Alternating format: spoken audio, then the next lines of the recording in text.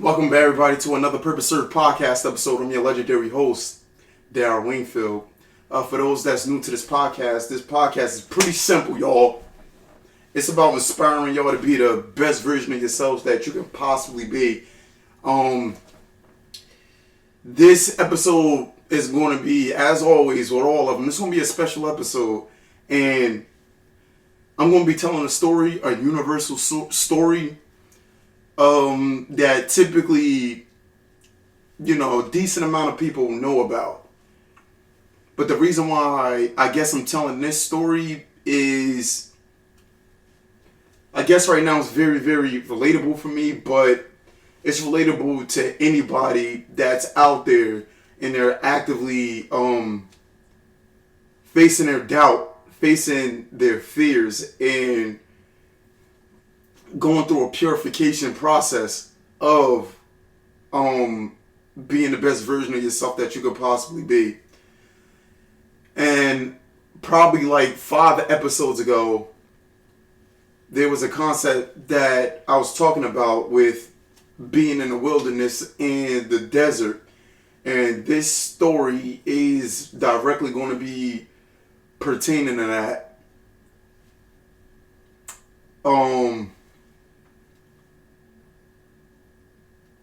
We all have a starting point where we do not realize our potential straight up. We all have a starting point where we're ignorantly going through life. And I can say personally, firsthand, that was me. It's funny. I totaled my car last week. Another situation. I lost another car. If y'all been on this journey with this podcast with me, y'all remember about 2 years ago when I was driving my car knowing that I ain't have no brakes on my car, and me realizing, while I was driving on a highway doing about 65 miles per hour plus in the middle lane, that I can't stop. I was shook. I was mad scared, and it was one of those things where it's like, Darryl, this might be it. We might die today. I had that eerie feeling. And we're going to fast forward to last week. I'm at a green light. First at the light, and the lady on the opposite side of me, she's at the first of the light, and she's making a left, and I'm going straight.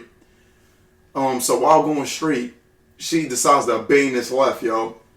She committed to it somewhat. And she stopped halfway. And pretty much where she stopped was right in front of, the lane I was in. And I smacked right into her. And my car bounced off of hers, and I hit a fire hydrant. Bloody nose and all. I wasn't wearing a seatbelt. So my face hit the steering wheel, hit the deck pretty hard. This is not funny, actually. But thank God there was no serious injuries all across the board.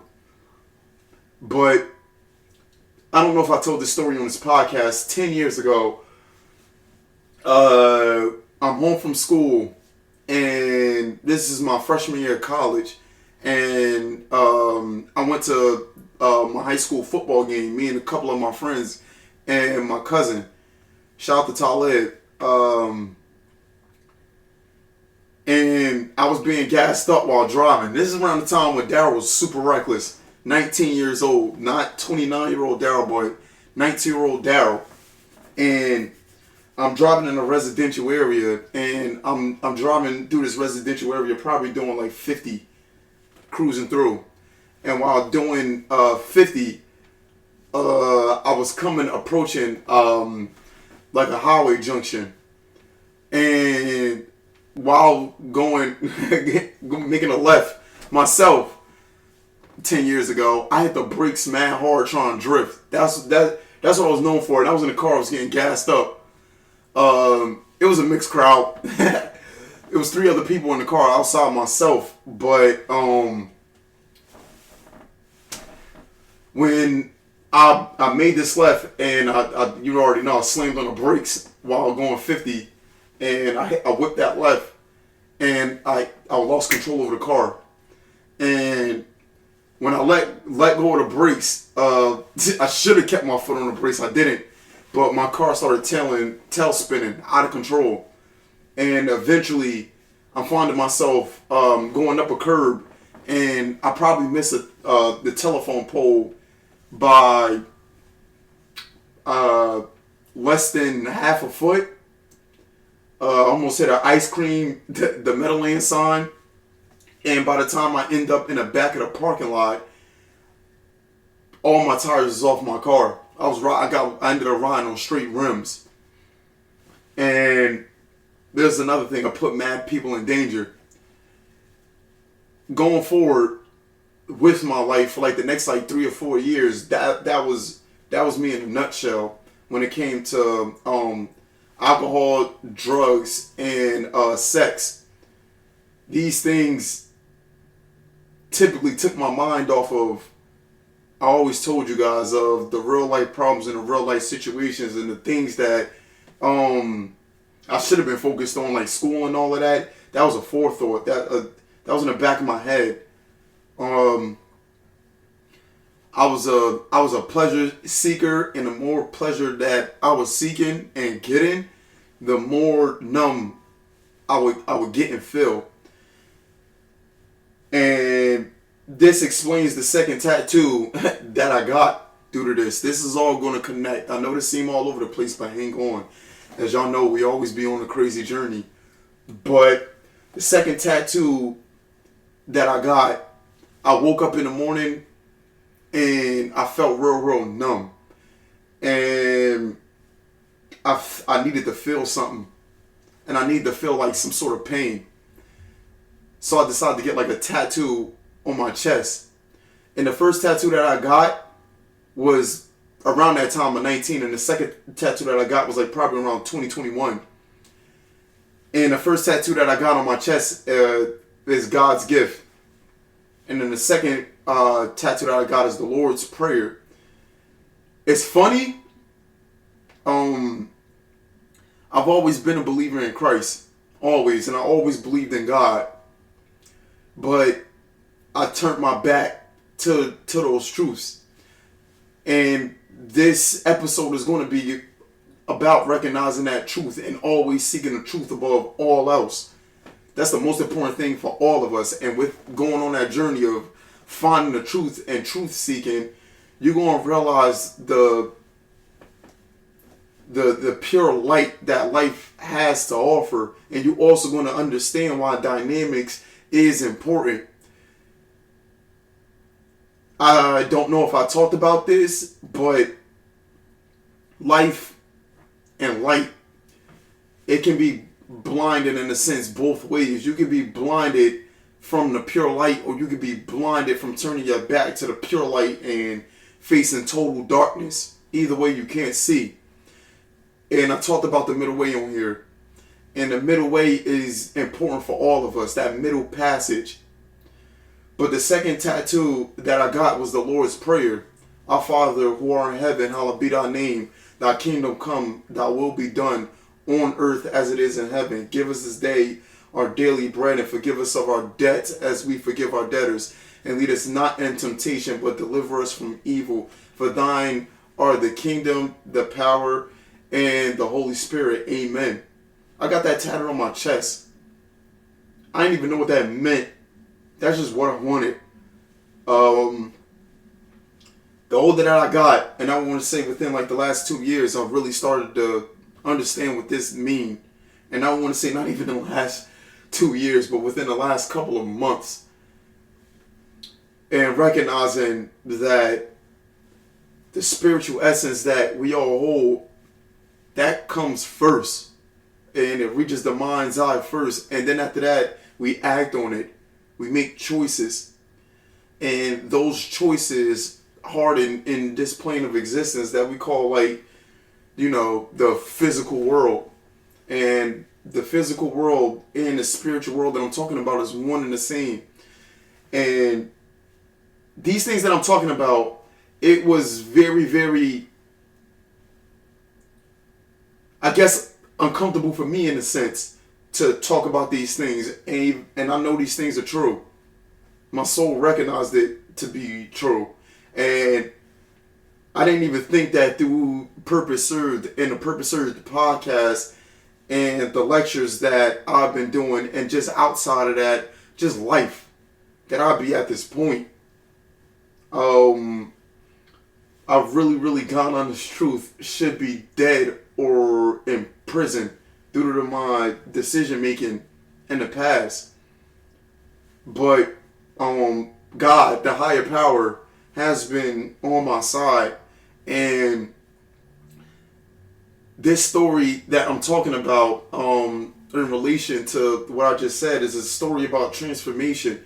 And we all transform through life. We're all going through gateways and thresholds that forces us to change. That's a part of those dynamics. Still water isn't it. You gotta move with the living water. That's everything. Without the living water, life can't prosper. And y'all may need to listen to this podcast, a decent amount to really understand where I'm coming from. But the story that I'm talking about is of a man that was destined for greatness. Whether you believe this story to be literal, figurative, or straight BS. But this story impacted a nation. This story impacted life itself. And this story impacted the natural land that involved the people. And the story that I'm talking about is the story of Exodus with Moses.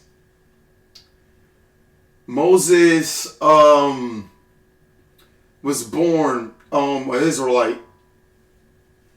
And due to what was going on around that time, which is a common motif in the Bible, the firstborn or son were like getting killed. So with that being said, Moses' parents knew that he had to go into hiding.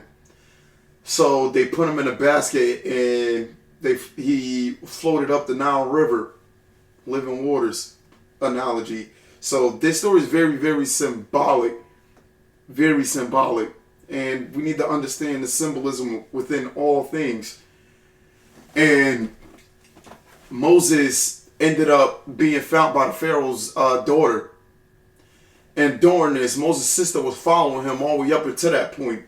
And the significance of him being found by the daughter was very huge. And directly being raised in the highest hierarchy in Egypt. Eventually, as he got older, he started understanding that his people were being oppressed by the Egyptians. And in one instance, in order to protect some of the Hebrews that he felt as though were being oppressed, he killed an Egyptian. And once he checked up on the Hebrews and everything, they was like, yo, weren't you the dude that killed the Egyptian? Yo, don't kill me, bro. And this made Moses flee out of fear. Moses' life, for a decent amount of time was surrounded in fear and doubt in his actions, his capabilities, and his choices, and whether or not he made the right choices. And as time went on, he had to rely more and more on God to recognize his purpose and recognize, what he had to do to save the people. And I don't want to make this religious at all, but I want you guys to see the truth in this story. So he fled. He fled Egypt and ended up in the land of Midian. Which is going to be very significant as well, which he didn't understand going through this in those real life moments. And once he get to the land of Midian, he protected the girls at the well. A water reference again. And that's still water. So he made his way up to living water. Now he had a well, which is still water, dead water. And here he protects these women, which one of these women ended up being one of the women that he married and married into the family. And he ended up being a shepherd, which is also very extremely symbolic, which I can go on for hours about these things, but I have to leave it in the context of truth seeking and doubt and fear and going towards these things instead of avoiding them and staying in a place of comfort. That place of comfort is the well. The living waters is going towards that fear and doubt and crystallizing who you are within that fear and doubt. But he ended up being a shepherd. And during one of his, him being with his sheep and attending to his flock, he ended up in a cave at Mount Sinai, where he received the divine revelation through the burning bush, the angel of the Lord, when the angel of the Lord appeared to him. And the angel of the Lord told him his mission. And the angel of the Lord also told him where this mission stemmed from. And this is where Moses learned the I am. This is something that I talked about on previous podcasts, or the one I was talking about earlier, probably like 3 or 4 podcasts ago. I can't remember off the top of my head, to be quite honest. Go back and download and listen. But Moses got this revelation of him. He has to go back to Egypt and see if his people are alive. He didn't know what to say.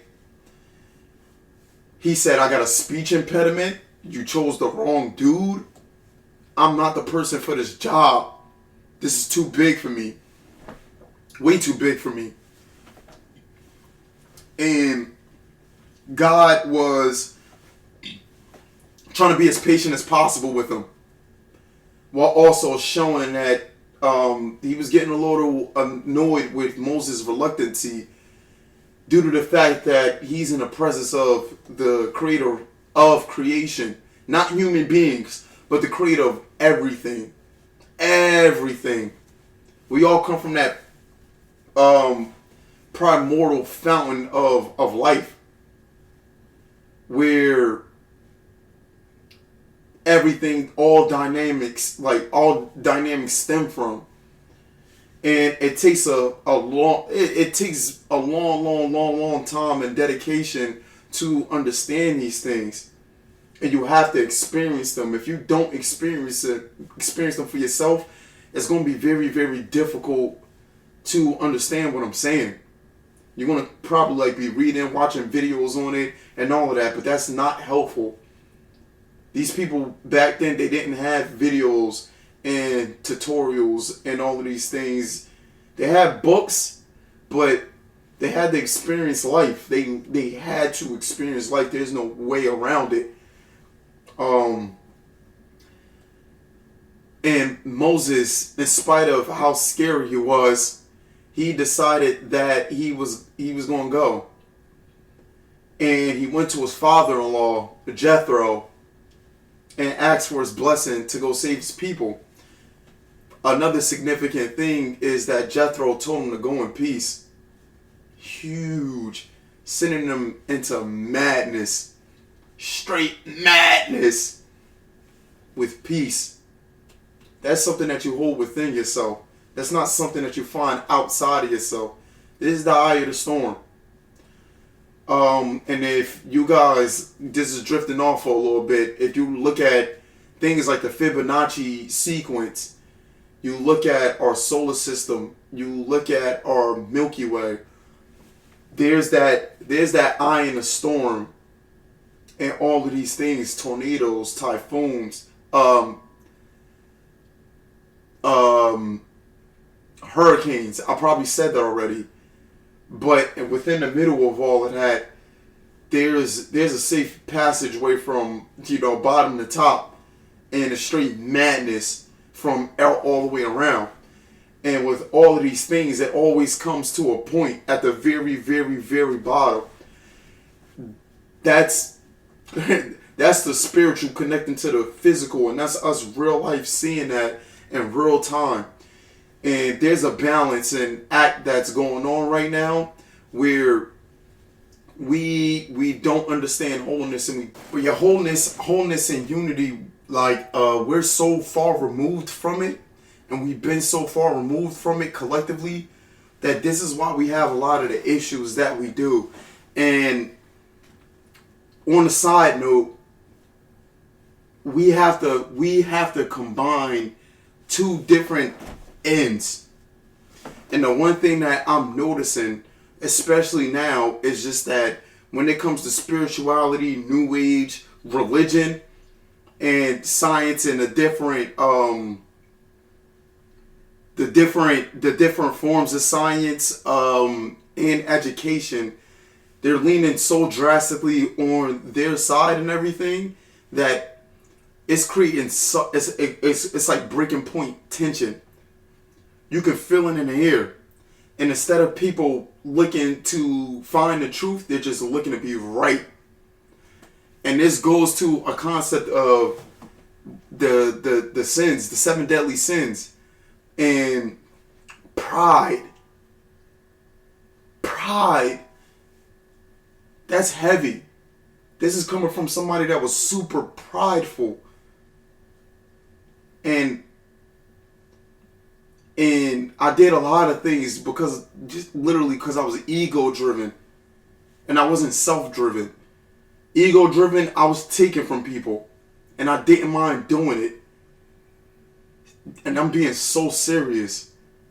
My family, my friends, I ruined so many relationships from me being prideful, and I hurt so many people from me being prideful. But once I started leaning into self and the concept of not myself, but self, the core of your soul, I recognized that I had to be selfless. I had to be mad selfless. And I realized that the things around me was forcing me to be selfless. I'm the oldest out of 6. I got 4 brothers and 2 sisters. With my youngest brother, he's turning 10 this year. And I'm 29. I'm blessed enough to still have both of my parents that love me, and I love them. They gave me a hard time, and I gave them a hard time right back. But these are the part of the growing pains, and we have to find that point in the middle, that balancing act. And that really creates unity, and that's where life thrives at. That's where life stems from. Going back to the story of Moses. Since Moses was so filled with doubt, he had a brother, Aaron, who was blessed with the same vision and the same message from God. And Moses was told by God that Aaron was on his way to meet him for this purpose. And once they gathered together, they went back. They went back to Egypt to go save their people. And it wasn't easy. Moses, he received resistance from the Israelites, and he also received resistance from the Egyptians. He was constantly being tested. And the Israelites felt as though this dude came in here to make their lives a living hell and make it harder. But a little part of them knew that they had to trust this dude. And with the Egyptians and Pharaoh, God kept hardening Pharaoh's heart. And Pharaoh made those choices. These were choices that kept locking in. Resistance is important. It's not easy street. And everybody that's listening to this, if you're watching me, you've experienced this in your life. And majority of people fall victim to this throughout human history, so don't feel bad. Majority of people fall victim to this, and they succumb to their circumstances because their life force get drained by opposing systems that's filled with pride. But here comes this one dude that's filled with doubt and filled with fear, and he decides to take life on for what it's worth. Eventually, the Egyptians get plagued with all different types of things, which it ended with the Passover, which is very symbolic of the spirit hovering over the face of the deep. But eventually, going back to a moment that, like, I guess come full circle is the legendary Passover, and where the highest nature said that, like, all firstborns of pretty much all living things has to go. Animals, sons, and all that throughout the land of Egypt. And symbolically, a lamb had to get sacrificed from the Israelites, and it had to be eaten in the dark during that night during the Passover. And they also had to take the blood of the lamb and paint it over the door, so the angel of death know to pass over that house, because that house is blessed by God. And what's special about God is that his blessing is not reserved for a chosen people. It's for everything and everybody, if you choose to accept it. Because this is the breaking point for Pharaoh itself. At this moment, on, I believe this is the 7th day, he let him go. And not only did some Israelites go, but some Egyptians left with these Israelites. So with that came foreign customs and all of that. A bunch of intermingling. And while leaving, they were being guided by water and fire. Clouds during the day and a pillar of fire during the night. And they were being led through the wilderness to the Red Sea. And once they got to the Red Sea, Pharaoh, he pursued them all with all the manpower that he could to make sure these people pay for what they did and what they was doing. And the Israelites, this is the first of many times of them complaining. And they blamed Moses. And they said, bro, you led us out here to die. We were better off staying in bondage instead of about to be slain by our oppressors. Fear, doubt got to them collectively. But Moses, in that moment, showed where his heart and his faith was at. Because if his heart and faith was at where the people was at, they wouldn't have made it through. They would have got slain. But with his staff, shepherd's staff, symbolic, staff of God, he parted the Red Sea. And they was able to walk on dry land and make safe passage all the way across. And when Pharaoh and his army decided to pursue, the water closed in on them. And they were engulfed by the water. You know what I mean? This is very also, like I said, symbolic to the creation story, the story of Genesis. And you have to have a keen spirit to recognize these things and understand these things as true in order for this to really, really resonate with you guys. And once they made it to the other side, the real battle was to begin. And a purification process in this wilderness was started because these people were impure and they had the mindset of slaves and they were no longer in bondage. And now they had to free their mind. And with that comes discipline, and with that is trusting in higher power, which you're going to find within yourself first before you recognize it in our world. And this come from being ethical, this come from being moral, and this come from you individually looking out for the collective and not looking out for yourself. So for those of you who think that isolating yourself to better yourself is a good thing, it is to a certain extent. I was one of those people. But it's not helpful. It's detrimental to you and nobody else. But there's also another thing when you get absorbed in the collective and you take on the collective's mindset, you lose your sense of identity. And more than anything, that's what we're living in now. People think they got their own identity, but they don't. It's scary following that middle way and that middle path. And when we're all born, we're coming through a tight, canal. Literally through a woman's vagina, straight up. And that's painful for the woman given life. And that's also painful for the life that's itself coming through. It's a whole lot of suffering going on during that. But the love, the excitement, the unconditional love that makes all that pain and suffering worth it.